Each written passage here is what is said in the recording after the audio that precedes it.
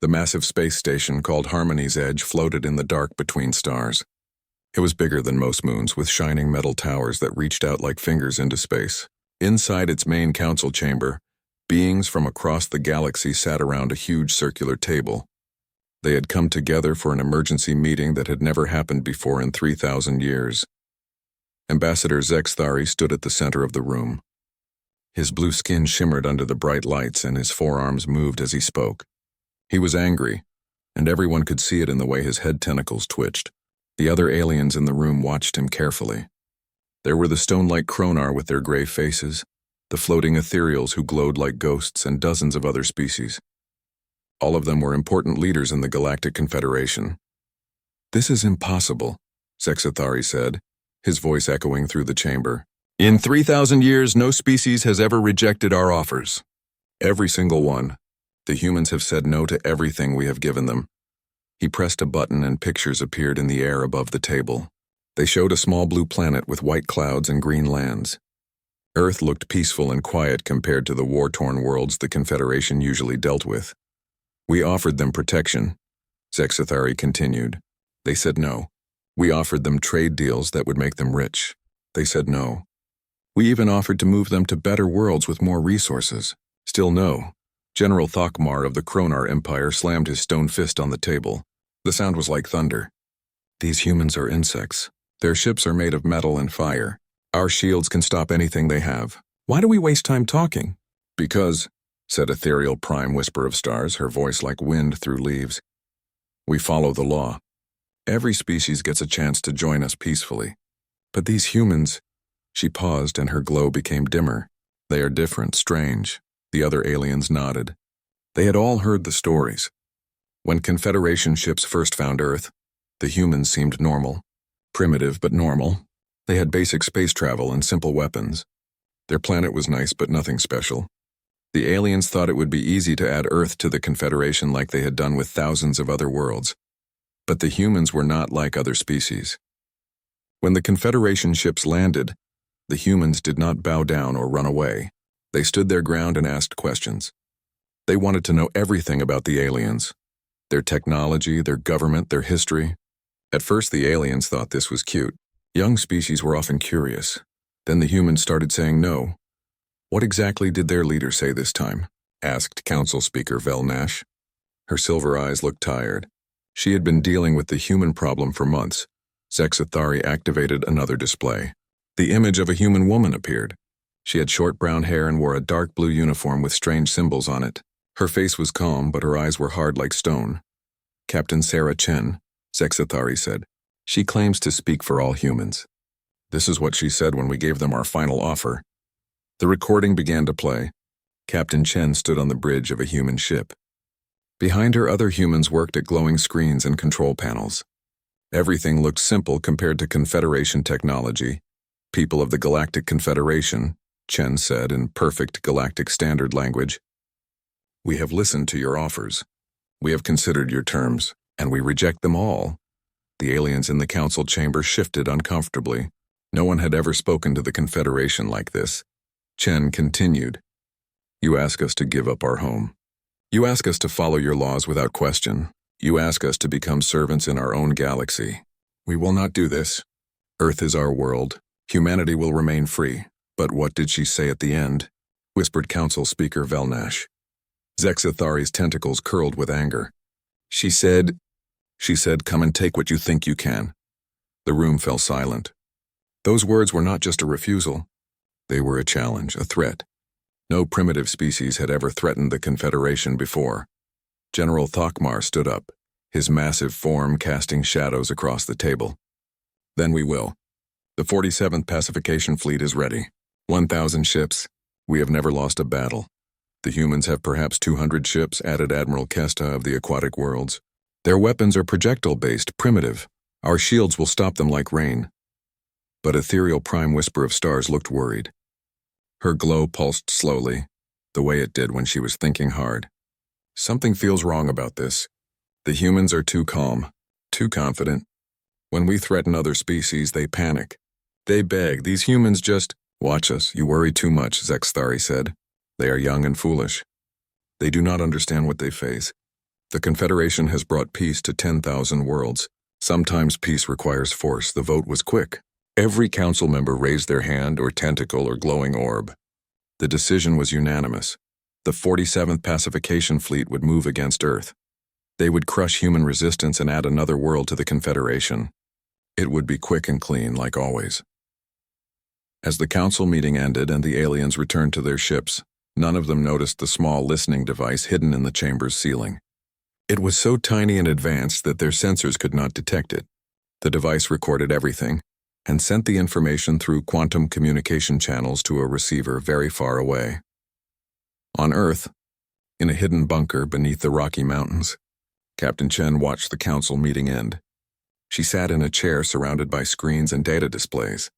Her calm expression never changed, even when the aliens voted for war. They took the bait, she said to the man standing beside her. Admiral Marcus Rodriguez was older than Chen, with gray hair and deep lines around his eyes. He had fought in every major human conflict for the past 20 years. "Are you sure about this, Sarah?" Rodriguez asked. "Once we start this, there's no going back. We're betting everything." Chen stood up and walked to a large window that looked out over a hidden valley. Below them, thousands of ships sat in underground hangars. They were sleek and deadly, nothing like the simple vessels the aliens had seen. Advanced engines glowed with contained energy. Weapon systems that did not exist in any Confederation database waited in silence. "Marcus," Chen said, "we've been preparing for this since the day they first arrived. Every trade mission they sent us we learned from. Every cultural exchange gave us more intelligence. They think we're primitive because that's what we wanted them to think." She turned back to face him, and her eyes held a fire that would have surprised the aliens who thought humans were weak. They offered us servitude and called it protection. They wanted to take our world and called it generosity. They demanded submission and called it peace. Chen's voice grew stronger. "But we are human. We have never bowed to anyone, and we won't start now." Rodriguez nodded slowly. He understood.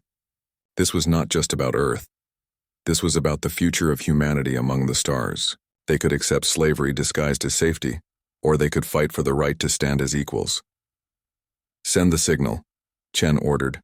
"Tell all our people it's time. Operation Prometheus begins now." Across the galaxy, humans who had been pretending to be simple traders and explorers received the message. They had been waiting in alien space for months, watching and learning. Now they would show the Confederation what humans could really do. The war for humanity's freedom was about to begin. Admiral Marcus Rodriguez stood in the command center on Luna Station, looking at displays that showed ships moving through space far from Earth. The Confederation fleet was coming. 1,000 alien ships traveled through hyperspace toward the human home system. They would arrive in 6 days. Around him, human officers worked at control stations. The room was busy but quiet. Everyone knew their job. This moment had been planned for 2 years, ever since the first Confederation scout ships had arrived at Earth. "Status report," Rodriguez said to his aide. "Colonel Lisa Park. All Phase 1 assets are in position," Park replied, reading from her data pad. "Operation Prometheus is go." "Our people are ready," Rodriguez nodded. The aliens thought they were attacking a primitive world with basic defenses. They had no idea what was really waiting for them. In a laboratory deep inside Luna Station, Dr. Elizabeth Nakamura examined pieces of alien technology on her workbench. She was a small woman with quick hands and sharp eyes. For 2 years, she had been taking apart every piece of Confederation equipment the humans could get their hands on. "Admiral," she said, as Rodriguez entered her lab, "I have good news and bad news." "Give me the bad news first," Rodriguez said. "Their shields are incredibly strong. Our normal weapons won't even scratch them. Their hull materials are tougher than anything we can make, and their energy weapons could cut through our best armor like paper." Rodriguez frowned. "And the good news?" Dr. Nakamura smiled and held up a small device. It looked like a metal cube with glowing edges. "Their technology is too perfect. They've been using the same basic designs for thousands of years. No innovation, no changes, and that means—" She pressed a button on the cube. A holographic shield appeared in the air. Then she picked up what looked like an old-fashioned bullet and threw it at the shield. Instead of bouncing off, the bullet passed right through and hit the wall behind it. "Their shields work by detecting incoming energy and creating an opposite force," Dr. Nakamura explained. "They're designed to stop their own weapons. Energy beams, plasma bolts, particle streams. but they barely noticed solid objects moving at specific speeds. Kinetic weapons, Rodriguez said, understanding immediately. Exactly. Old-fashioned bullets and missiles. The faster they go, the more the shields ignore them. It's like their technology is blind to anything that isn't high-tech enough. This was the breakthrough they needed. While the Confederation trusted in shields that could stop starship weapons, humans would use simple physics. Mass times velocity equals destruction. In another part of Luna Station, Captain James Park led a briefing for his Special Forces team. Park was Colonel Lisa Park's brother, but where she worked with computers and data, he worked in the shadows. For 8 months you've been out there, Park told his team, living among them, learning their ways. Now tell me what you found. Sergeant Maria Santos stepped forward. She had spent 6 months on the Confederation world of Kepler Prime, pretending to be a human trader selling Earth foods. Their security is terrible, she reported. They haven't fought a real war in centuries. Guards are lazy, passwords are simple. They trust their technology to protect them instead of being careful themselves. What about their military bases? Park asked. Lieutenant Tom Chen, no relation to Captain Sarah Chen, had infiltrated a Confederation military facility. Sir, I walked right into their main command center. Told them I was delivering supplies. No one checked my credentials. No one searched my equipment. I planted surveillance devices in 12 critical locations. Park smiled grimly. This was exactly what he had expected. The Confederation had been the strongest power in the galaxy for so long that they had forgotten how to be careful. What about their fleet movements? He continued. Predictable, said Corporal Zhang Wei. They use the same hyperspace routes every time. Same formation patterns, same communication frequencies. It's like they're following a script that hasn't changed in 1,000 years. Park turned to a star map on the wall. Red dots showed Confederation worlds. Blue lines showed their supply routes and patrol patterns. Green markers showed where human agents had placed hidden surveillance equipment. Phase 2 begins when their fleet reaches Earth, Park announced.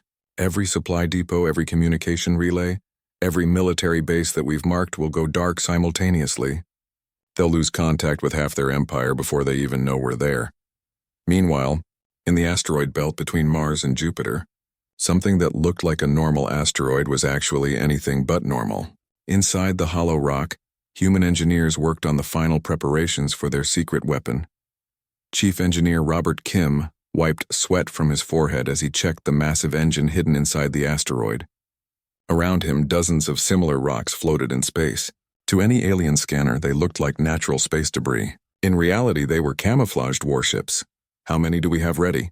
Asked Commander Diana Ross, the asteroid fleet's leader. 2,000 fake asteroids, Kim replied. Each one has a full engine system, weapons, and life support. They've been here for 18 months, running silent and cold. The aliens have scanned this area dozens of times and never suspected anything. This was the heart of human strategy. While the Confederation expected to fight a small fleet of primitive ships, they would instead face an ambush from forces they never knew existed. The human plan was simple but clever. First, they would let the alien fleet enter the solar system and feel confident. The Confederation ships would see Earth's small defensive fleet and think victory was easy. Then, when the aliens were deep in the system and committed to attack, the asteroid fleet would activate. But this was only the beginning. Captain Sarah Chen stood on the bridge of the flagship Defiance, reading reports from human agents across the galaxy. Every alien world that the Confederation thought was safe actually had human operatives already in place. Ma'am, said her communications officer, we're receiving confirmation signals from all our deep cover teams. Phoenix cells are active on 37 Confederation worlds. Trojan Horse units report ready status on 12 military installations. Prometheus teams confirm that quantum communication relays are in place and functioning. Chen nodded. The aliens thought they were dealing with one primitive world. They had no idea that humans had been preparing for this conflict across hundreds of star systems. The real genius of the human plan was that they had never tried to match Confederation technology. Instead, they had studied alien weaknesses and planned around them. While the aliens trusted in powerful shields, humans would use simple kinetic weapons. While aliens relied on predictable tactics, humans would use chaos and surprise. While aliens fought like they always had, humans would fight in ways the galaxy had never seen. How long until the Confederation fleet arrives? Chen asked. 4 days, 18 hours, came the reply. Chen looked out at the stars beyond Earth. Soon, those stars would be filled with alien ships coming to destroy or enslave her world. But the aliens would discover something that no other species had ever shown them. Humanity did not surrender. "Send a message to Admiral Rodriguez," Chen ordered. "Tell him the pieces are in place. When the Confederation arrives, they'll find that we've been playing a different game than they thought." As the message traveled to Luna Station, similar signals went out to human agents across the galaxy. In Confederation space, people who looked like simple traders and tourists received coded instructions. Supply depot workers who were actually trained saboteurs checked their equipment one last time. Communication technicians who served the alien military prepared to turn their master's own networks against them. The Confederation had ruled the galaxy for 3,000 years. They had never lost a war. They had never even faced serious resistance. But they had never fought humans before, and humans, as they were about to learn, had their own ideas about how wars should be fought. Fleet Commander Talvek stood on the bridge of his flagship, the Eternal Dominion. Through the massive viewing window, he could see the edge of the solar system. After 6 days of travel through hyperspace, the 47th Pacification Fleet had finally arrived at the human homeworld. Talvek was a Veltar, like Ambassador Zexathari, but where the ambassador was a politician, Talvek was a warrior. His blue skin bore scars from 60 different campaigns. His 4 arms had commanded fleets that conquered entire star systems. He had never lost a battle. "Report," he ordered his tactical officer. "Sir, we are detecting minimal human activity," Lieutenant Keshita replied, studying her displays. "Their defensive fleet appears to have withdrawn." Talvek frowned. This was not what he had expected. When Confederation fleets arrived to pacify primitive worlds, the locals usually tried to fight back immediately. They would charge forward in their simple ships, brave but foolish. It made for quick victories. "Show me what we're seeing," Talvek said.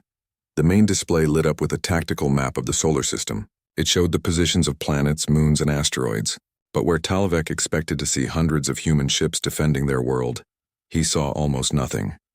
"There," pointed out Navigation Officer Hexvan, "a small group of ships near their moon, maybe 50 vessels, and some automated defense platforms around the planet itself." "That's all?"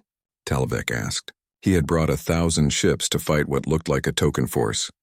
"Sir," said Communications Officer Yelna, "we are receiving multiple distress signals from across the system. It appears the humans are broadcasting requests for help and surrender offers." Talvek's mandibles clicked in satisfaction. This was more like it. The humans had seen his fleet and realized they could not win. They were smart enough to give up before the shooting started. "What do their surrender terms say?" he asked. "They are offering to evacuate their homeworld in exchange for time to gather their population," Yelna reported. "They request 72 hours to prepare transport ships." This was perfect. Talvek would be able to complete his mission without firing a shot. The High Council would be pleased. Another world added to the Confederation without the mess and expense of orbital bombardment. "Very well," Talvek decided. "We will advance slowly and maintain position while they prepare their evacuation. But stay alert. Sometimes primitive species try desperate tricks when they realize they are defeated." The Confederation fleet moved deeper into the solar system. 1,000 ships arranged in perfect formation, their shields glowing and weapons ready. They passed the outer planets without incident. They flew through the asteroid belt, sensors scanning the space rocks for any hidden threats. "Sir," reported sensor technician Kolmesh, "I am detecting some unusual energy readings from the asteroid field." "What kind of readings?" Talvek asked. "Thermal signatures. Some of the asteroids seem to be generating heat, but it could be natural. These systems sometimes have unusual mineral compositions." Talvek considered this. Heat from asteroids was not unheard of. Some rocks contained radioactive materials that generated warmth. It was probably nothing. "Continue monitoring, but do not slow our advance," he ordered. What Talvek did not know was that those unusual energy readings came from 2,000 hidden human ships. For 18 months they had floated silent and cold in the asteroid belt, disguised as space rocks. Their engines were shut down, their weapons powered off, their crews waiting in hibernation. To any scanner, they looked like natural asteroids. But now, as the Confederation fleet passed through their position, the human ships were quietly warming up. Engines that had been cold for months began to generate power. Weapon systems that had been dormant started their startup sequences, and crews that had been sleeping began to wake up. On one of the hidden ships, Commander Diana Ross opened her eyes as her hibernation pod finished its wake-up cycle. Around her, other human officers were emerging from their own pods, stretching muscles that had been still for weeks. "Status report," Ross said to her tactical officer as soon as her throat was clear enough to speak. "Ma'am, the Confederation fleet is passing through our position now. They have no idea we're here. All asteroid ships report ready status. Operation Minuteman is go," Ross smiled. Minuteman was named after the old Earth legends of soldiers who could be ready to fight in 60 seconds. The human asteroid fleet had been ready for much longer than that. Meanwhile, the main Confederation fleet continued toward Mars. Talvek was feeling confident. The humans were behaving exactly as expected, running away from superior force and hoping for mercy. It was almost boring. "Sir," called out Sensor Technician Kalmesh again, "the thermal readings in the asteroid field are increasing. Significant energy spikes across multiple contacts." "Define significant," Talvek said, not really worried. "Sir, the energy levels are consistent with Starship power plants coming online." Talvek felt his blood run cold. He spun to face the sensor displays, his forearms moving quickly across the controls. What he saw made his worst fears real. All across the asteroid field behind them, space rocks were lighting up with engine signatures. Hundreds of them. Thousands of them. And they were all accelerating toward his fleet. "Battle stations," Talvek roared. "All ships evasive action. We are under attack." But it was too late. The human asteroid fleet had been positioned perfectly. Half of Talvek's ships were already past the ambush point, but the other half were still in the killing zone, and the humans were not interested in a fair fight. Commander Ross watched her tactical display as 2,000 hidden ships revealed themselves simultaneously. Their disguised exteriors fell away, showing sleek hulls and weapon arrays underneath. Engines that had been cold for months burst to life, pushing the ships forward at incredible speed. "All ships, execute Minuteman protocol," Ross ordered. "Target command vessels first. Disable, don't destroy. We want prisoners and intelligence." The human ships moved like a school of fish, coordinated and fast. They had practiced this attack in simulation hundreds of times. Each ship knew exactly where to go and what to do. The Confederation ships tried to respond, but they were caught completely off guard. Their formation was designed for advancing against a defensive line, not for fighting enemies that appeared from all directions at once. Talvek's flagship shook as human missiles struck its hull. But instead of the massive explosions he expected, the weapons seemed designed to damage specific systems. His shield generators went offline. His weapon arrays sparked and died. His communication systems filled with static. "What are they doing?" he demanded. "Why aren't they trying to destroy us?" His tactical officer studied the battle data with growing amazement. "Sir, they are using surgical strikes, targeting our engines, weapons, and communications, but avoiding life support and crew areas. It's like they want to capture us intact." This was something completely new. Every other species the Confederation had fought tried to kill as many aliens as possible. But the humans seemed to be going out of their way to keep Confederation crews alive while making their ships helpless. Across the battle zone, human ships darted between alien vessels like hunters taking down prey. They used their knowledge of Confederation shield frequencies to punch through defenses with simple kinetic weapons. Tungsten rods moving at incredible speed tore through alien hulls like paper, but each impact was precisely targeted to disable, rather than destroy. Captain Maria Santos commanded one of the human attack ships. She had spent months on Confederation worlds, learning their technology and tactics. Now she used that knowledge to tear apart the alien formation. "Target the command tower on that heavy cruiser," she ordered her weapons officer. "Take out their main computer core, but leave the backup systems intact." "Why leave the backups, ma'am?" asked her gunner. "Because," Santos replied with a cold smile. "We want their navigation logs. Every ship they've destroyed, every world they've conquered, all of that data is in their computers, and we're going to take it." This was the true purpose of the human attack. They were not just defending Earth. They were gathering intelligence on every Confederation world, every military base, every secret the aliens had. Each captured ship was a treasure trove of information about the galaxy beyond human space. "Fleet Commander," Talvik watched his proud fleet being systematically dismantled by an enemy that should not have existed. In 30 minutes of combat, he had lost half his ships to capture or disabling. The other half were trying to retreat, but human vessels were faster and more maneuverable. "Sir," his communications officer reported, "the humans are broadcasting on all frequencies." "What are they saying?" Talvik asked. The voice that came through the speakers was calm and professional. It belonged to Captain Sarah Chen, speaking from the bridge of the Earthship Defiance. "Confederation forces, this is Captain Chen of the Earth Defense Force. You have entered our system with hostile intent. Your fleet is defeated. We offer you the chance to surrender and be treated according to the rules of war. Your crews will be safe, your wounded will be treated, and you will be repatriated to Confederation space when this conflict ends." Talvik stared at the communication display. The humans were offering mercy to their enemies. This was unheard of. Primitive species were supposed to be savage and brutal. The news traveled across the galaxy faster than light itself. The 47th Pacification Fleet, veterans of 60 successful campaigns, had been completely destroyed by a primitive human force. Not destroyed, captured. Every ship disabled, every crew taken prisoner, and not a single human casualty reported. On the Confederation capital world of Nexus Prime, the High Council gathered in emergency session for the second time in a month. But this meeting was very different from the last one. Where before there had been confidence and casual dismissal of human capabilities, now there was fear. Ambassador Zexthari stood before the council, his blue skin pale with shock. His forearms trembled as he read the report from the solar system. Fleet Commander Talvik's final transmission was clear, he said, his voice barely steady. The humans were waiting for them. They had hidden a massive fleet in the asteroid belt.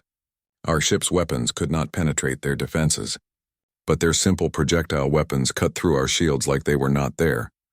General Thokmar of the Kronar Empire slammed his stone fist on the table, but this time the sound was hollow rather than confident. "How is this possible? Our shields have protected us for 3,000 years. "That is not the worst part," Zexthari continued. "The humans did not try to destroy our ships. They captured them. All of them. Which means they now have access to our technology, our databases, our military protocols." The room fell silent as the implications sank in. Every captured Confederation ship contained information about fleet movements, supply routes, defensive positions, and classified operations. The humans now knew as much about the Confederation as the Confederation knew about itself. Ethereal Prime Whisper of Stars spoke, her voice like wind through dead leaves. "I sense something else, something darker. The humans are not finished." This was not a defensive action. This was preparation, she was right. Even as the Council met in emergency session, human agents across the galaxy were receiving activation codes. People who had posed as traders, scholars, and tourists for months were revealing their true purpose. On the industrial world of Kepler Prime, Sergeant Maria Santos walked calmly through the main power facility. She wore the uniform of a maintenance worker and carried a toolkit that looked perfectly normal. The alien guards nodded to her as she passed. They had seen her every day for 6 months and thought nothing of her presence. Santos made her way to the central control room, where massive computers managed the planet's energy grid. She smiled at the technician on duty, a friendly Veltar who had always been kind to the simple human worker.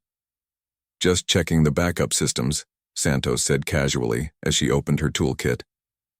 Inside, nestled between ordinary tools, were devices that looked like simple computer components. Santos began installing them in the power grid's control systems.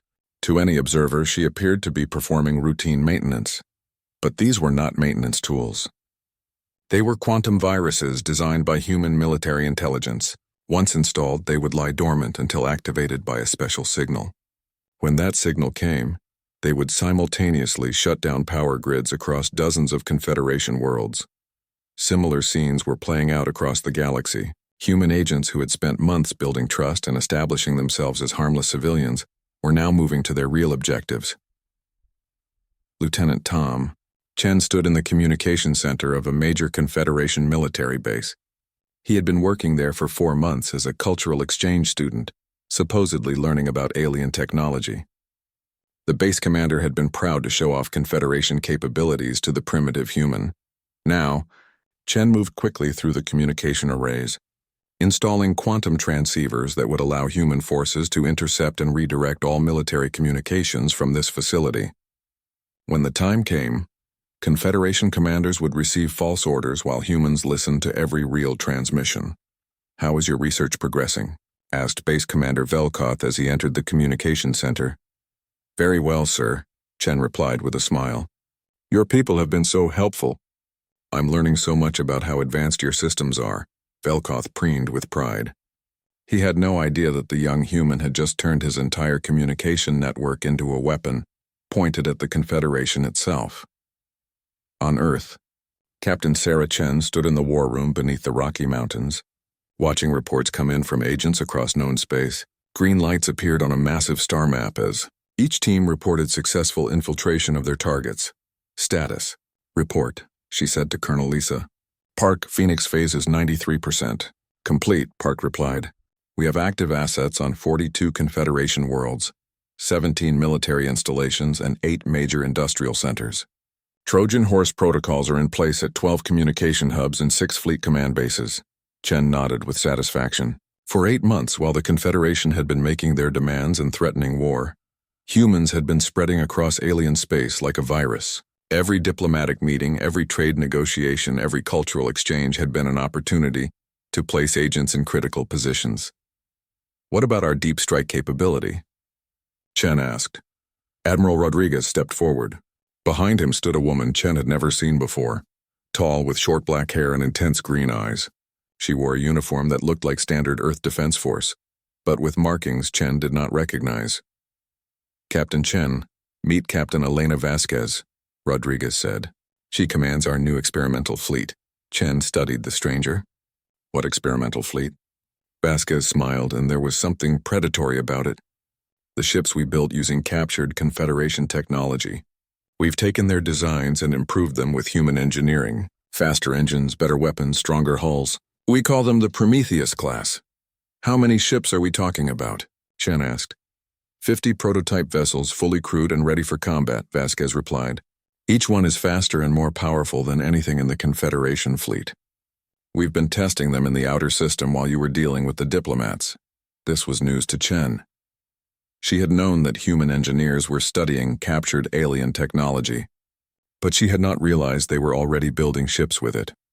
"Their first mission," Rodriguez explained, "will be to show the Confederation that the destruction of the 47th Fleet was not a lucky accident.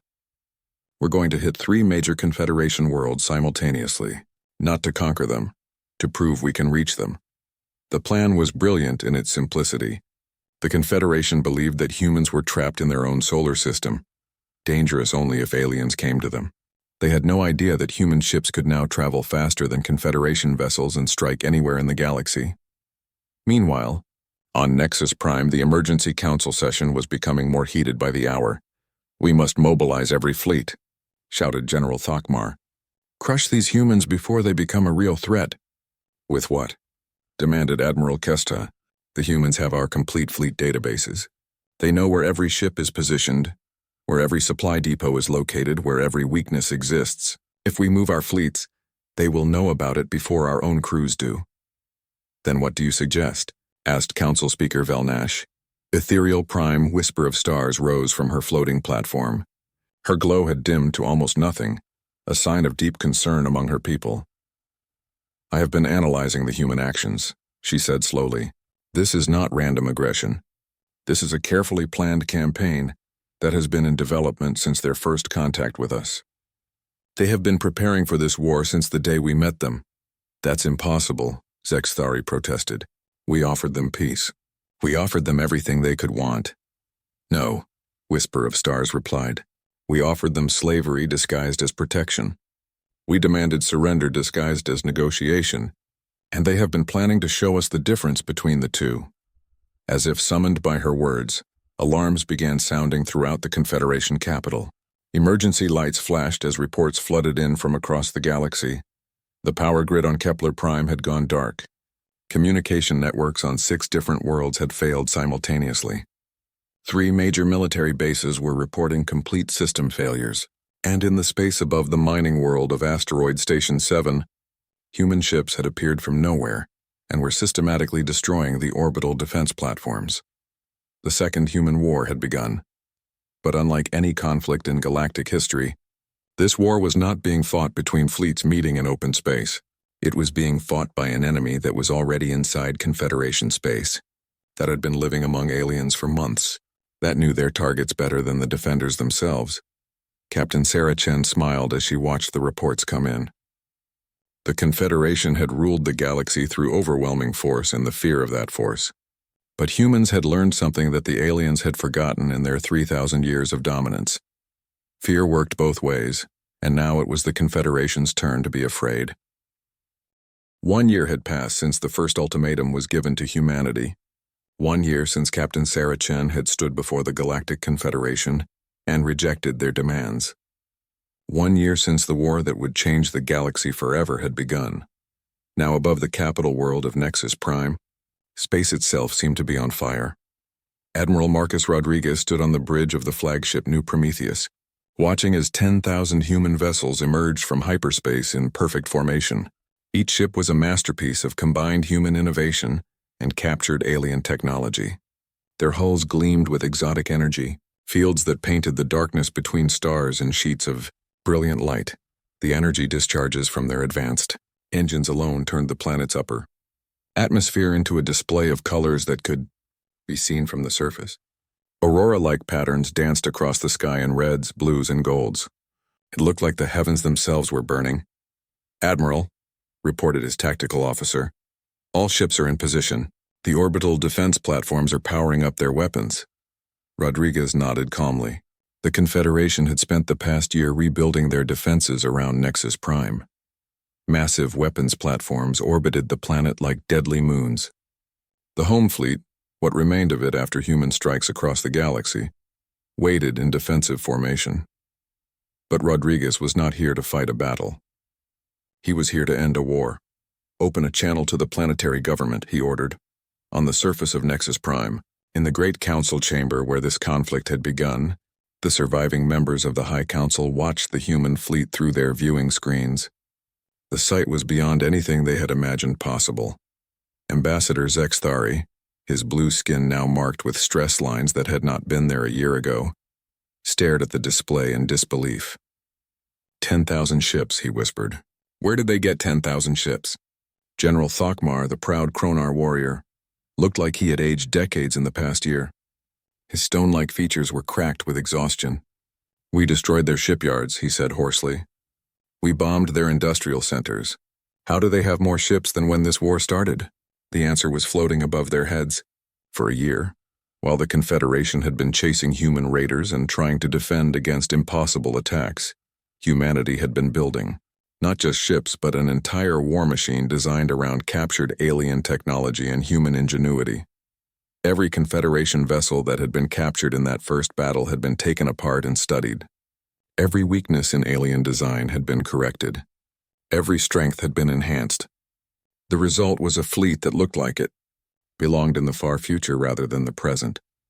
"Incoming transmission," announced the Council Chamber's communication system. The main screen filled with the image of a human woman. But this was not the same Captain Sarah Chen who had rejected their ultimatum a year ago. This woman wore the uniform of an admiral. Her face was harder, marked by the stress of war. Her eyes held the weight of command and the fire of victory. "People of the Galactic Confederation," Admiral Chen said, her voice carrying clearly across space. "I am Admiral Sarah Chen of the United Human Fleet. We meet again under very different circumstances." Council Speaker Velnash, her silver eyes dim with defeat, stepped forward. "What do you want, human? Have you come to destroy our world?" Chen's expression softened slightly. "We have not come as conquerors. We have come to end this war that you started. Your fleets are scattered or destroyed. Your supply lines are cut. Your communication networks are under our control. You cannot win. Then why don't you finish it?" demanded General Thokmar. "Why do you not destroy us as we would have destroyed you?" The question hung in the air for a long moment. Around the galaxy, billions of beings watched and waited for the answer. This was the moment that would define the future of galactic civilization. "Because," Chen replied, "that is not who we are. We did not fight this war to become rulers. We fought for the right to stand as equals. She gestured, and the view shifted to show the human fleet in all its magnificent horror. 10,000 ships arranged in perfect formation, their energy fields creating patterns of light that transformed the very darkness of space. It was beautiful and terrifying at the same time. For a year you have seen what humans can do when we are pushed to war, Chen continued. We have struck your worlds from within. We have captured your fleets.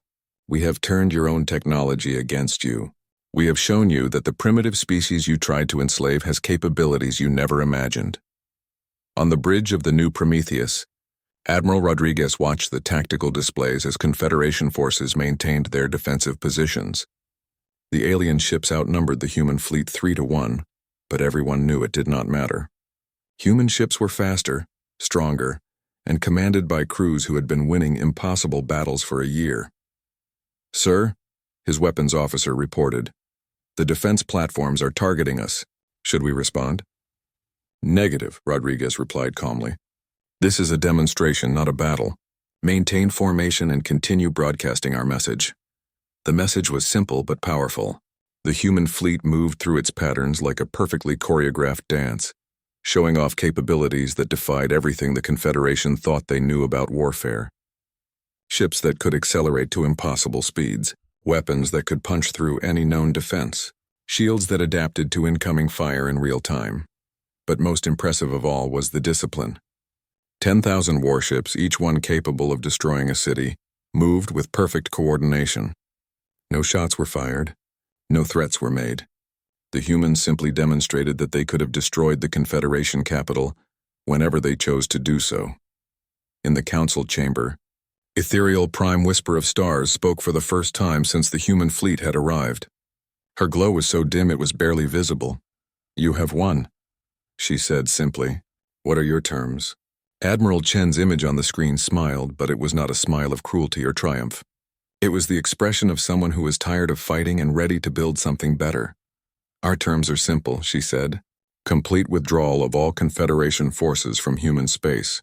Recognition of humanity as a sovereign nation with full rights under galactic law. Reparations for the costs of this war. And formal establishment of diplomatic relations between our peoples. That is all? Asked Council Speaker Velnash, surprised. That is all we ever wanted, Chen replied. We never sought to conquer you. We only wanted the right to exist as free beings in our own space. The council members looked at each other in amazement. They had expected demands for tribute, for territory, for submission. Instead, the humans were asking for what they had originally been offered, membership in the galactic community as equals rather than servants. But there is one more thing, Chen added, and her expression became more serious. We want to offer you something in return. What could you possibly offer us? Asked Ambassador Zexathari. Chen's smile returned, warmer this time. Partnership. You have ruled this galaxy for 3,000 years through strength and fear, but you have forgotten how to grow. Your technology has not advanced in millennia. Your society has become stagnant. Your people have lost the ability to dream of anything better. She gestured again, and the view showed human ships demonstrating technologies that had not existed a year earlier. Engines that folded space itself. Weapons that could target specific systems without harming crews. Shields that could stop anything while allowing normal matter to pass through. We can offer you innovation, Chen continued. Partnership in exploring the galaxy beyond your borders. Cooperation in developing new technologies that benefit everyone. The chance to remember what it feels like to discover something new. For the first time in years, some of the council members looked intrigued rather than afraid. You would share your technology with us? Asked Dr. Colmeth, the Confederation's chief scientist. After everything that has happened? On one condition, Chen replied, that it be shared freely with all species in the galaxy. No more ruling through superior firepower. No more forcing primitive worlds to submit. If we are going to be partners, we build a galaxy where everyone has the chance to grow and prosper. The negotiation that followed lasted 3 days. In the end, the Treaty of Nexus Prime established humanity as the first new major power in the Galactic Confederation in over 1,000 years. But more than that, it changed the fundamental nature of how the galaxy was governed. The old system of forced membership and imposed peace was replaced with voluntary association and mutual cooperation. Species that had been subjects became partners, Worlds that had been ruled became allies. As the human fleet prepared to depart Nexus Prime, their engines still painting the sky with sheets of brilliant light, Admiral Chen stood once more before the Galactic Council. But this time, she stood not as a representative of a primitive world begging for recognition, but as an equal partner in shaping the future of galactic civilization. The humans rejected every treaty's terms, she said, echoing the words that had started this entire conflict, but only because we knew that both our species deserved something better. Today we begin writing that better future together. The great fleet that had burned the skies above Nexus Prime departed not as conquerors, but as the founders of a new age.